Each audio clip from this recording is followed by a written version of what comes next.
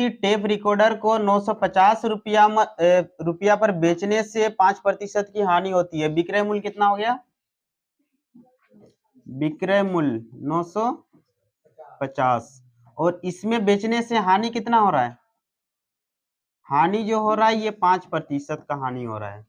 दूसरा देखिए, विक्रय मूल्य और एगो दिया हुआ है, यदि 1040 रुपए में बेचेंगे तो क्या होगा पूछता है। अच्छा, इसमें दिया हुआ है लाभ होगा बोल रहा है, समझ में आ रहा? तो क्या होगा? लाभ।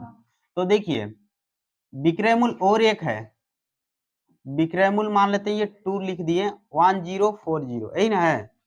तो यहाँ पर इसमें क्या हो जाएगा? लाभ। अब लाभ कितना होगा हमको पता नहीं है, यहाँ आप एक्स पुट कर सकते हो लाभ के जगह, ठीक है। अब देखिए फॉर्मूला यहाँ पर एक बनाए थे हम लोग, इसको शॉर्ट में लिख रहे हैं, SP1 बाई SP2 बराबर इधर चला गया, चलो देखो, बराबर क्या हो जाएगा? 100। अगर हानि हो रहा है तो हम लोग क्या करेंगे? माइनस हानि हो जाएगा बट्टा 100, लाभ हो रहा है तो लाभ यहाँ पर प्लस हो जाएगा। तो देखिए ये फॉर्मूला है, तो SP1 कितना दिया हुआ है बताओ तो? 950 बट्टा SP2 1040 बराबर 100, घटाओ कितना? 5, नीचे 100 प्लस एक्स का हमको वैल्यू चाहिए, एक्स का जो वैल्यू आएगा वो तुम्हारा आंसर होगा।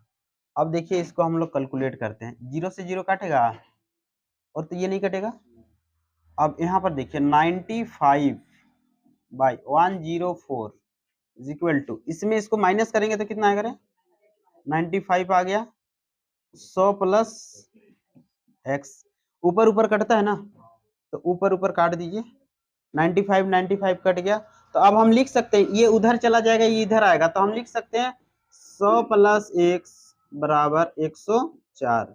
अब जब हम x बराबर करेंगे तो 104 माइनस ये इधर आ जाएगा 100 होगा, तो कितना? 4% क्या होगा? लाभ। लिख लीजिए।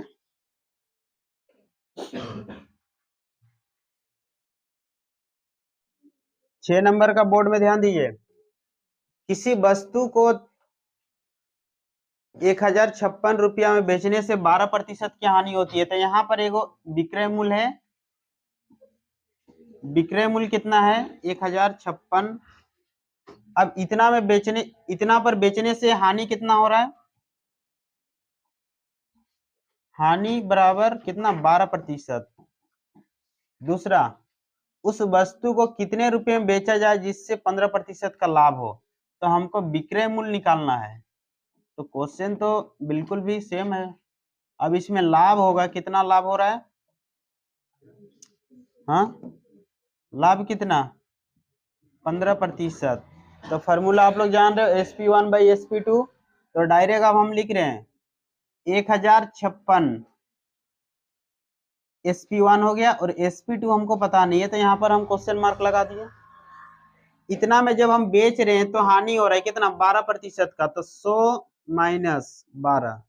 आप डायरेक्ट इसको घटा के भी लिख सकते हो। अब जैसे जैसे आपको समझ में आ रहा है फॉर्मूला, तो आप क्या करोगे, इस -12 नहीं लिखना, वहां पर डायरेक्ट 88 लिखना। दूसरा 100 प्लस क्या हो जाएगा? 15। अब देखिए 1056 बाई एक्स, यहाँ पर क्या हो जाएगा? 88, यही होगा ना, इधर 115। अब देखते हैं काटिए तो इसको कितना में कट जाता है? 4 2 में 8, 4 2 में 8, यही ना होगा। 4 से काटते हैं, 4 2 में 8, एक इधर 2 इधर आएगा तो 25, 4 6 में 24, 4 4 में 16, कट गया। फिर कटेगा 22 से एक बार कटेगा, देखो तो 22 एक बार में, 22 एक में 22, 22 2 में 44, ये हो जाएगा। अब x बराबर करेंगे तो ये इधर जाके गुना हो जाएगा, तो x बराबर क्या हो जाएगा? 115 इंटू 12, सही होगा ना। 12 5 में 60 होता है, 0, 12 1 में 12 और 6 18, 1 12 1 में 12 और 1 1380, आंसर आपका। 1 रुपया में 12 टॉफी, 1 रुपया में कितना टॉफी हमको मिल रहा है? 12 टॉफी। एक चीज बताइए, एक टॉफी का दाम कितना होगा? 1/, समझ में आ रहा है? तो एक टॉफी का करके यहाँ पर निकालना है, यानी एक रुपया एक टॉफी का दाम क्या हो जाएगा? तो 1/12 हो जाएगा। कोई दिक्कत नहीं है। चलिए,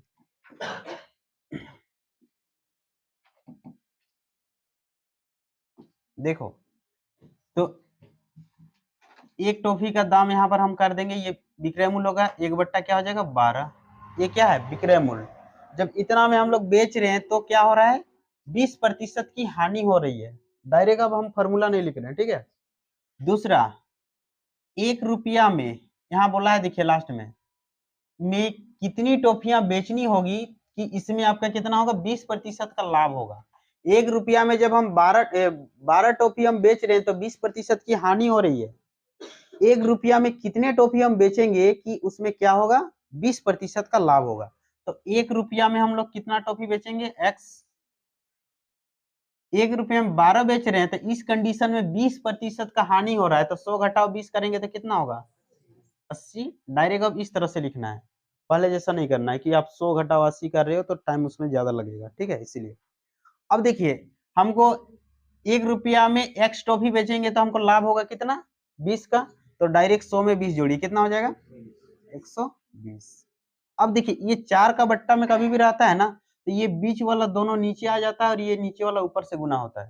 तो हम लिख सकते हैं इसको x/12, क्योंकि 1 रहेगा तो 1 गुना हो जाएगा, वही होगा, बराबर 80 क्या हो जाएगा? 120।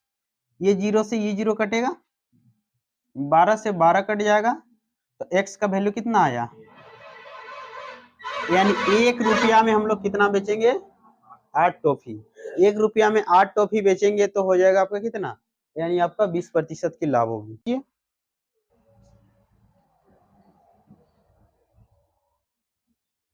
चलो देखो, 3 रुपया में 8 के भाव से, तो 3 क्या लिखेंगे? 8।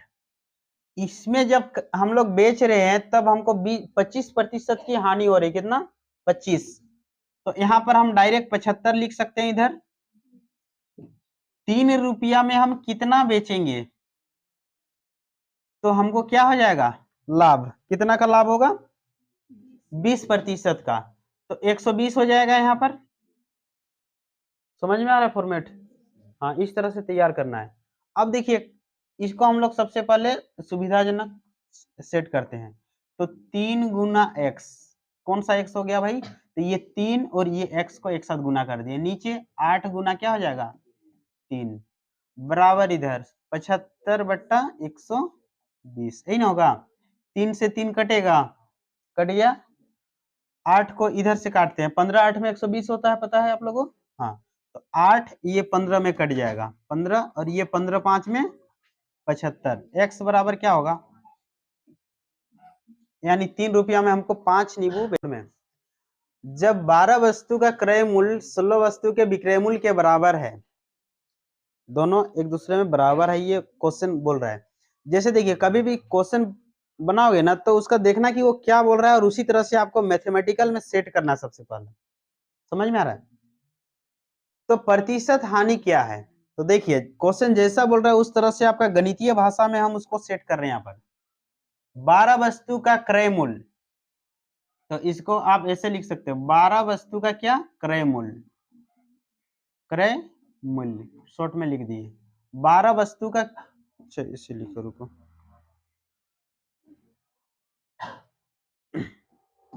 रुक जाओ, ऐसे लिखो 12 वस्तु का। चलिए, क्वेश्चन जैसे बोल रहा है उस तरह से पहले लिखते हैं। 12 वस्तु का क्रय मूल्य, क्रय मूल्य, यही ना है, बराबर बोला है 16 वस्तु का विक्रय मूल्य। कितना? 16 वस्तु का विक्रय मूल्य। एक चीज बताइए, का मतलब क्या होता है? गुना। तो इसको और हम सुविधाजनक लिख रहे हैं, देखिए 12 वस्तु का सीपी, कॉस्टिंग प्राइस, बराबर क्या हो जाएगा? 16 वस्तु का एसपी, ये होगा सेलिंग प्राइस।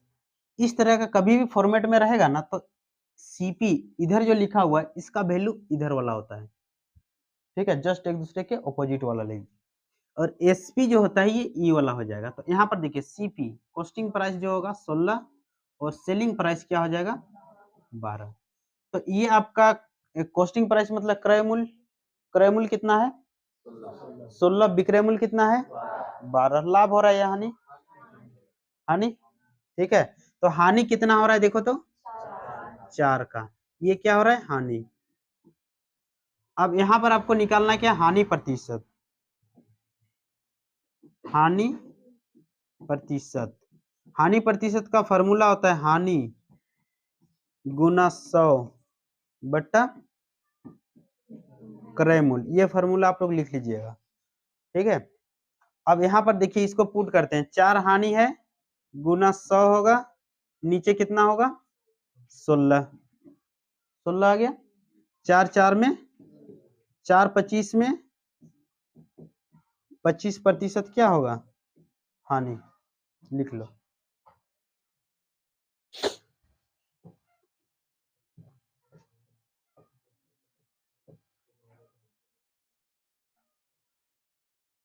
कितना वस्तु बेच रहा है, तो देखिए 120 वस्तु को बेचने से, 120 वस्तु को बेचने से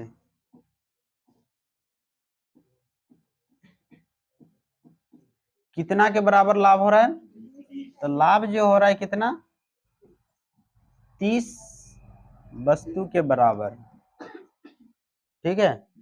लाभ जो हो रहा है कितना 30 वस्तु का विक्रय मूल्य जो होगा उसके बराबर इसको लाभ हो रहा है। एक चीज देखिए, तो ये मेरा क्या होगा विक्रय मूल्य और ये क्या है लाभ। एक चीज बताइए, ये आपका विक्रय मूल्य है, यानी हम यहाँ लिख सकते हैं इसको विक्रय मूल्य बराबर मान लेते हैं यहाँ पर कितना 120 और लाभ यहाँ पर हम लिख देंगे कितना 30। एक चीज बताइए, तो यहाँ पर क्रय मूल्य कितना होगा, विक्रय मूल्य बोला है तो यहाँ पर हम विक्रय मूल्य बराबर लिख दिए, लाभ है तो 30, क्रय मूल्य कितना होगा नहीं पता, हाँ 90। यानी क्रय मूल्य कभी भी हम लोग लाभ के कंडीशन में निकालते हैं तो देखिए क्रय मूल्य कितना हो जाएगा 120, यानी जो विक्रय मूल्य होगा घटाओ लाभ 30, तो यहाँ पर क्या हो जाएगा 90, ये आपका क्या यानी आपका क्रय मूल्य, क्रय मूल्य निकल गया। अब हमको लाभ प्रतिशत निकालना है ना, लाभ प्रतिशत, लाभ प्रतिशत बराबर देखिए क्या हो जाएगा लाभ गुना क्या होता है 100 बट्टा क्रय मूल्य, ठीक है। लाभ यहाँ पर कितना है गुना क्रय मूल्य कितना है 90, 30 3 में 90 होता है, 100 बट्टा कितना हो गया यानी 100 बट्टा 3, 3 में इसको भाग देंगे तो देखिए 3 3 में 9, 3 3 में 9, 1 बट्टा 3%, ये तुम्हारा आंसर आएगा।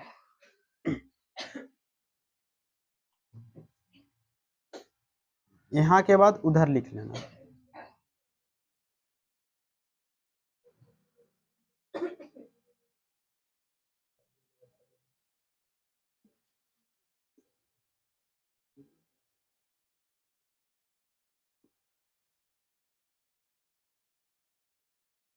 टाइप 6 का और एक क्वेश्चन बनाइए। ऐसे तो ये अभी जो क्वेश्चन देख रहे हो इसको आप लोग सामान्य तरीके से बना सकते हो, जैसे अगर समझिए बात क्या है, 4 रुपया में 5 नींबू खरीद कर, 4 रुपया में कितना, एक सामान्य तरीका आपको पहले यहाँ समझिए, पहले 5 रुपया में 4 नींबू, ओ सॉरी 4 रुपया में 5, चलिए देखिए 4 रुपया में 5 नींबू, यही ना है, ये क्या है खरीद मूल्य क्रय मूल्य। एक चीज बताइए 4 रुपया में 5 नींबू खरीद रहे हैं, एक नींबू का दाम क्या होगा, एक नींबू का दाम क्या होगा,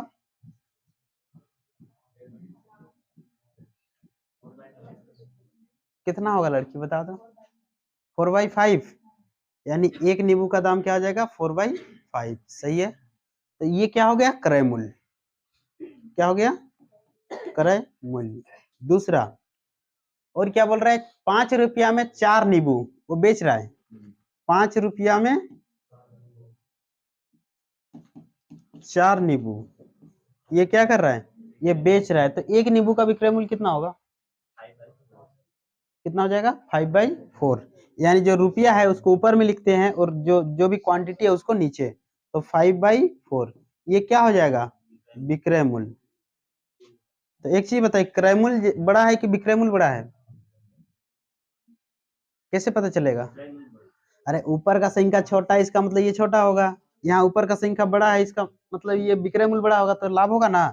तो विक्रय मूल्य में क्रय मूल्य को घटाएंगे तो लाभ निकलेगा, और फिर वही जो रूल है उसके हिसाब से आप लोग बना लोगे।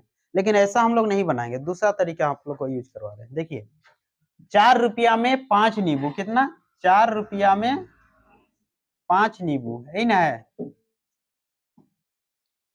फिर आपका बोलता है क्या 5 रुपया में 4 नींबू बेच रहा है ना, 4 नींबू, दो कंडीशन दे दिया है। अब ये हम लोग मिश्रण के रूल के हिसाब से चलेंगे जिसमें क्रॉस मल्टीप्लाई किया जाता है, ठीक है।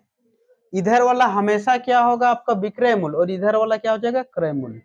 तो देखिए 5 5 में 25 और इधर 16, इसको ले लीजिएगा क्या विक्रय मूल्य और ये हो जाएगा आपका क्रय मूल्य, इसको इधर लिख दे रहे हैं क्रय मूल्य, ठीक है। तो विक्रय मूल्य कितना 25, क्रय मूल्य कितना 16, लाभ होगा कि हानि, कितना 9 का, ये क्या हो गया लाभ होगा ना। अब 9 रुपया हमको क्या मिला यहाँ पर लाभ, तो एक चीज देखिए लाभ प्रतिशत निकालना है, लाभ प्रतिशत बराबर लाभ गुना 100 बट्टा क्या होगा क्रय मूल्य कितना है 16, नीचे लिखे 16 हो गया। 4 4 में 16 होता है, 4 25 में 100, 25 गुना 9 कितना होगा बता सकते हैं आप लोग, 25 गुना 9 कितना 200, 225, इसको हटा रहे हैं इधर का काम नहीं है। तो देखिए 225 बट्टा कितना हो जाएगा 4, 4 से इसको भाग देते हैं, देखिए 4 5 में 20 होगा, 2 शेष फल आएगा वहां से 25 हो गया, 4 6 में 1 रहेगा ना बट्टा 4, ये क्या हो गया इतना प्रतिशत जो भी है लाभ निकाल दिए।